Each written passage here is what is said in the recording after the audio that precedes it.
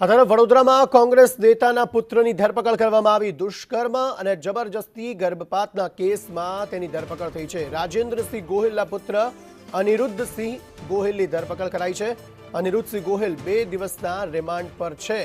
યુવતી સાથે દુષ્કર્મ આચર્યા બાદ બળજબરીપૂર્વક ગર્ભપાત કરાવ્યો હતો, જે બાદ આ કાર્યવાહી થઈ છે। 2 દિવસના રિમાન્ડ મંજૂર થયા છે અને હવે વધુ કાર્યવાહી પોલીસ દ્વારા હાથ ધરાઈ છે। કૃણાલ શર્મા વધુ માહિતી આપી રહ્યા છે। જી કૃણાલ।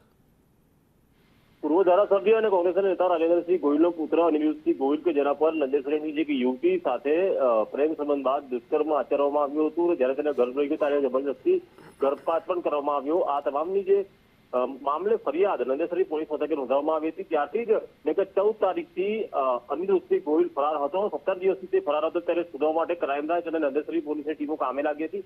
આખરે અનિરુદ્ધસિંહ ગોહિલની ધરપકડ કરી લેવાઈ છે અને કોર્ટમાં રજૂ કરીને 2 દિવસના રિમાન્ડ પણ માંગી લેવાયા છે અને કોર્ટે મંજૂર પણ કર્યા છે। સાથે જ તેની કોલ ને અન્ય કાર્યવાહી પોલીસે હાથ ધરી।